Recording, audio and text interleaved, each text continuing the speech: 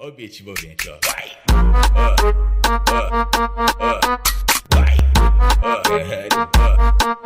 Pesado! E aí galera do YouTube, beleza? Trazendo mais um vídeo pra vocês.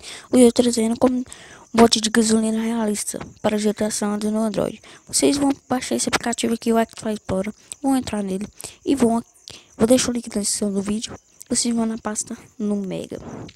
O link vai estar aí na descrição do vídeo. Vai ver essa parte aqui, ó. Gasolina realista. Vocês seguram nela, vão em mais, extrair para e dar um OK. Vamos esperar aqui bem rapidinho. Vai vir esse arquivo aqui. Vocês vão em mais, mover para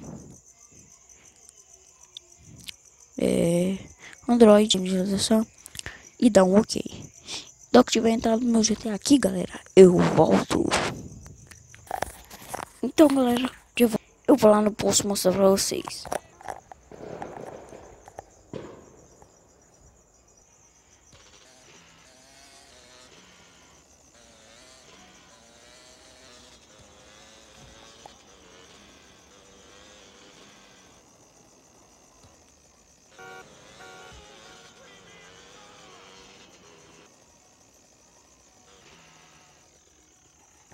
Então, galera, já cheguei aqui no posto aqui.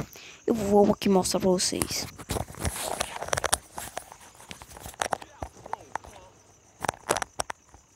Pessoal aqui conversando aqui.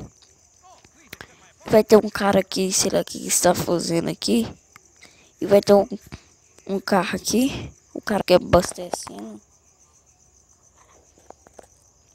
E vai ter outro cara conversando, acho que o cara lá de dentro. E vai ter um cara aqui, esse cara arrumar o seu carro.